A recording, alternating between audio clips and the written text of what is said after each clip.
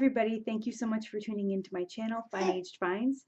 My name is Beth and I'm a vintage hard goods reseller and some clothing on Etsy, eBay, and Poshmark.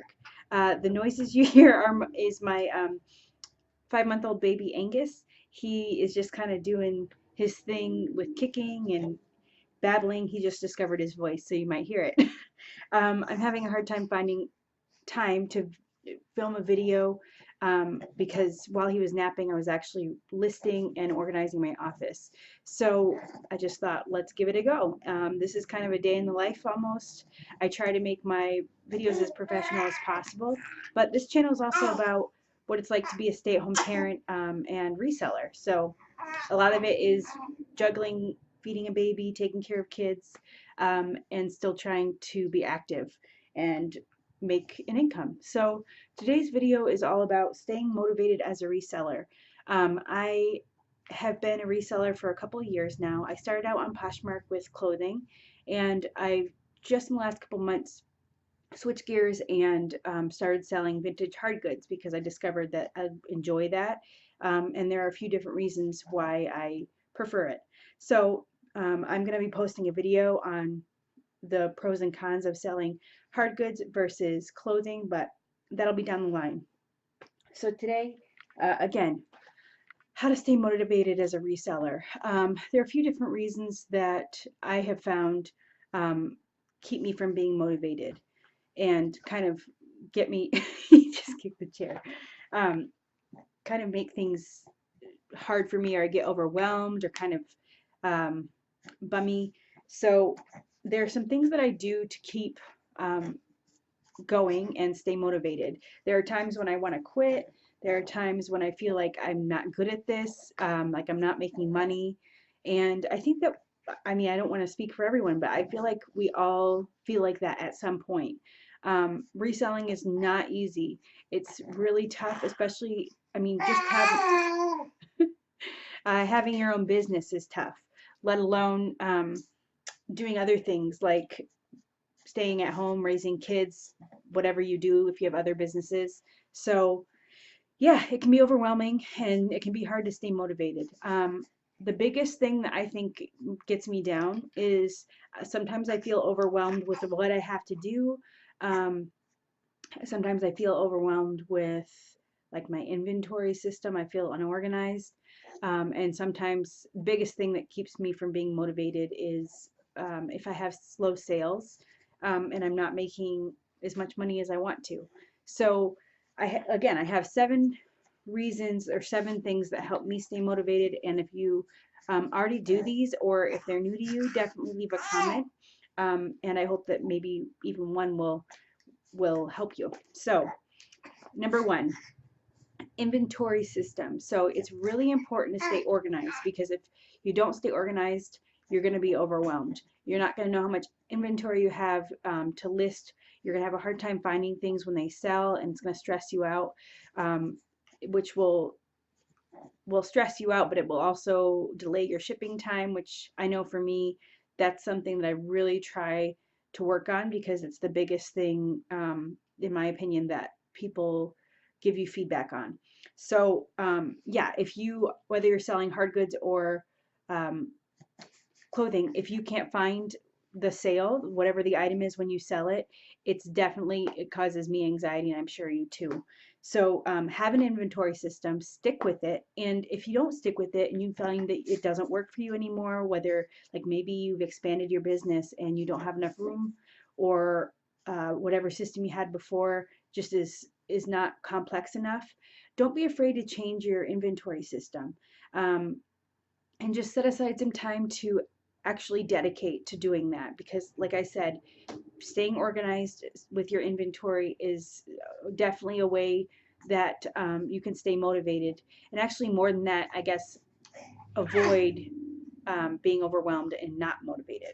So if you have any questions about ways to store things, inventory systems, way to stay organized, there are tons of resellers on YouTube that share their inventory systems. I'm going to do a video down the line at some point, give you a tour of my office and what inventory system is working for me at the moment. So be on the lookout for that video. Okay, number 2, I used to think that this was just kind of, I don't know, frou-frou. Uh, and that's having motivational quotes and motivational quotes and like pictures of things that you have that you want to work toward, anything that motivates you. Pictures of your kids, pictures of um, your pets, anything that you're doing this for. Put it up around the space that you use to work on your business, and it will really help boost you. My favorite quote, motivational quote, and I think that it's pretty common, is she believes she could, so she did. I think that's what it is. And I have a printout. I didn't even get a frame for it. I just printed out and slapped it on the wall. And when I'm feeling unmotivated, it does help me. So yeah, definitely if I'm working toward a new car, like a different car to trade in or something, I'll put a picture of that. If I am um, working toward like some clothing or maybe a vacation or something for the family, I'll put a picture of that. And it really does help you. So number 3 is a to-do list. So I use these like crazy. Um, and I can't remember, I think I got them at Walmart. Um, and they're nothing very special, but there's different colors and they're just adhesive uh, like post-its, and they have some lines to make a list easy. And each day I'll write a to-do list. So I'll put things that I definitely have to get done on the top, and with it being sticky, I just stick it on the wall or stick it at my notebook or whatever that I'm going to be near. And there's something very satisfying and motivating about crossing things off a to-do list. So don't be afraid to even put things that are small, um, like share your closet, your Poshmark closet 3 times and put 3 ticks and cross them off each time. Don't just say share your closet, because it's gonna be kind of hard to know. It's just kind of a vague goal for the day. The other thing is put small goals on there. You really need to be crossing things off and not feel like you have a full list at the end of, at the end of the day. So put things like cross list, definitely cross list this item, or you know what I mean? Like, don't just say cross list everything you need to. Realistic goals, and put some little things on there so you feel like you're accomplishing. Yeah, so those work great for me. I find that if I don't have a to-do list, I am overwhelmed. And even if you don't cross everything off, you have some things to put on your list for some things to put on your list for the next day. So yeah, that is one of the biggest things for me. Okay, short-term goals. Think of some things that you're working towards. So if it's paying off debt, if you're trying to take over a bill, like I have student loans, and my short-term goal is to make enough monthly to cover my student loans. It's a pretty large amount, but it's definitely doable. The amount that I need to make to do that is not crazy. So I'm just trying, I guess what I'm saying is the bill is a lot for us to pay for, but it's an amount that is kind of for someone starting out. It's not like $2,000 a month or something. So it's a short-term goal that I'm pretty close to reaching. And yeah, or put a down payment on a vacation or book a hotel or something like that. Just things that are attainable like within a couple months, so you can feel like you're accomplishing something again. You don't want to say pay off this, which might take a couple years, because you're not going to feel that sense of accomplishment for a couple of years. So that's really important. Um, I don't know what number I'm on. I think 4 or 5. Okay, so the next thing is join forums on Facebook and Instagram. I don't know anything about Twitter. I don't have an account on Twitter, but I know the groups that I follow on Facebook, especially, people seem to be very candid with what they're going through. If they might say, I'm having a really slow sales week or month, um, or they'll say, be on the lookout for this. This is something that was a surprising sale. And these are also things that you can find on YouTube. So definitely educate yourself with that. And it's just kind of fun to. Okay, I'm back. My phone was ringing.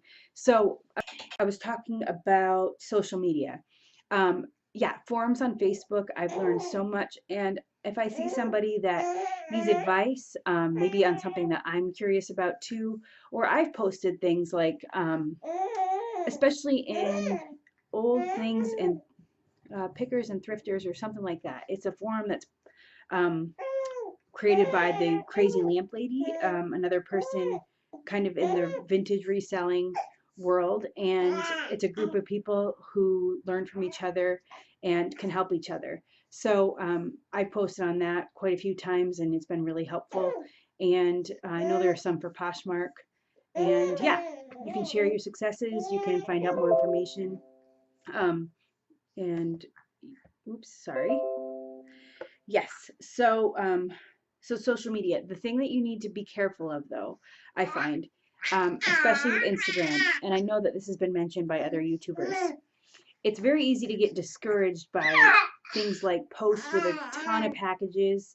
Um, Now you can, like a bunch of sales and you haven't had any, or you're having a hard time getting sales, or um, maybe somebody posts something that they got a huge return on. Now you can choose to be happy for them, and I'm not saying that that's easy, because sometimes when you're really discouraged, it's hard to just kind of be happy for someone that is finding success that you're not.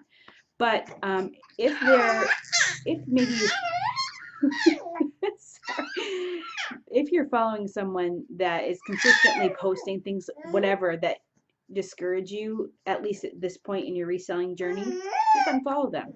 Don't surround yourself with things that are going to not motivate you. I'm not saying it's bad to share success and packages, pictures of packages on Instagram or Facebook, but if you're someone, again, who maybe isn't ready to see that or is going through a tough time, just remove it from your business. I'm going to pick up Angus now. Okay. Oh, okay. Oh, okay. He just spit up really bad, so this is definitely a glamorous part of reselling. I'm just gonna. He's teething, so he's really drooling. Okay, so I was talking about social media, and I'm pretty much done with that point. Another thing is to kind of keep track of trends and statistics as far as your business.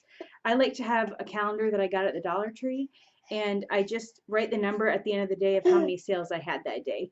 And so I can see which days things seem to sell quickly, and I can also look back at different seasons and months that are slower than others. So maybe the next year when I'm in April or whatever, I can say, okay, this was a slow month last year for whatever reason. Maybe I know the reason. And so I can just expect sales to be slow and not get discouraged. Yeah, so that's something that really helps me.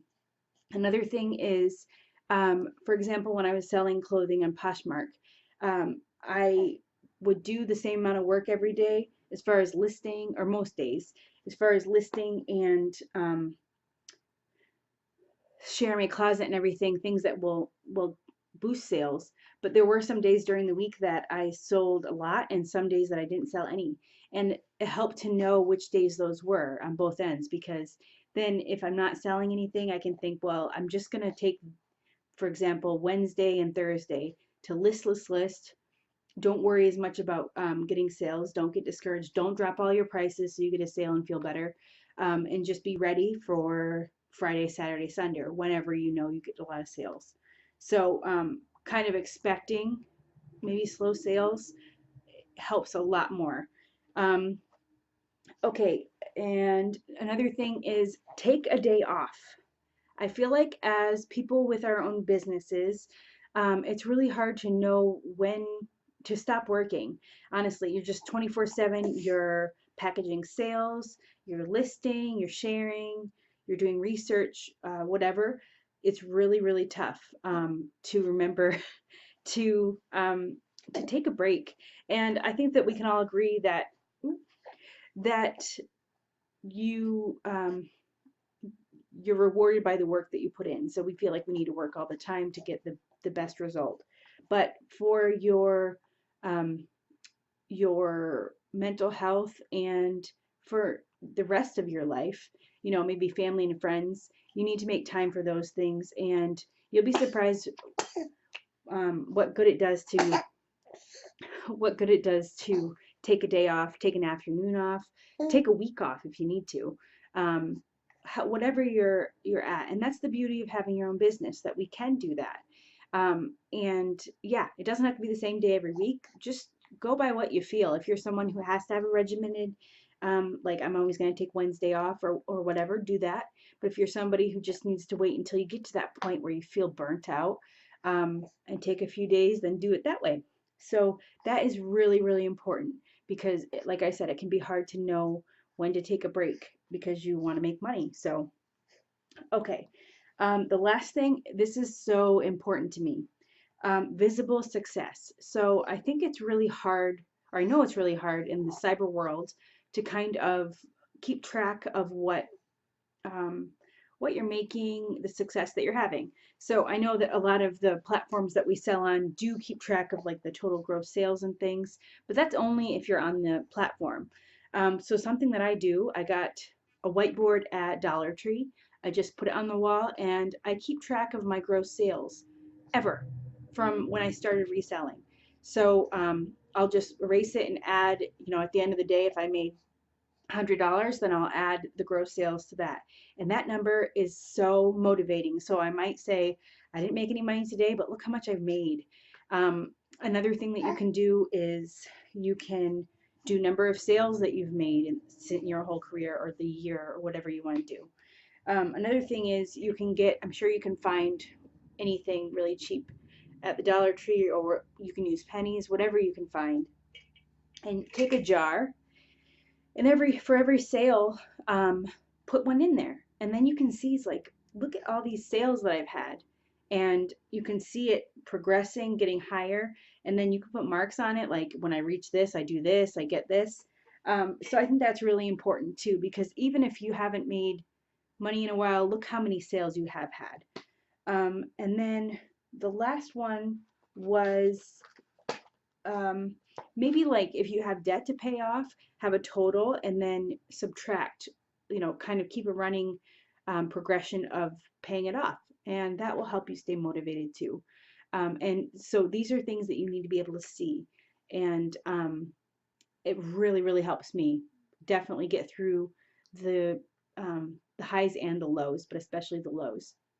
So I really hope this video was helpful. I'm sorry that it was a little bit unprofessional as far as my other videos, but this is life, and I'd rather get a video up and share these things with you rather than waiting until I have a lot of time to do a video.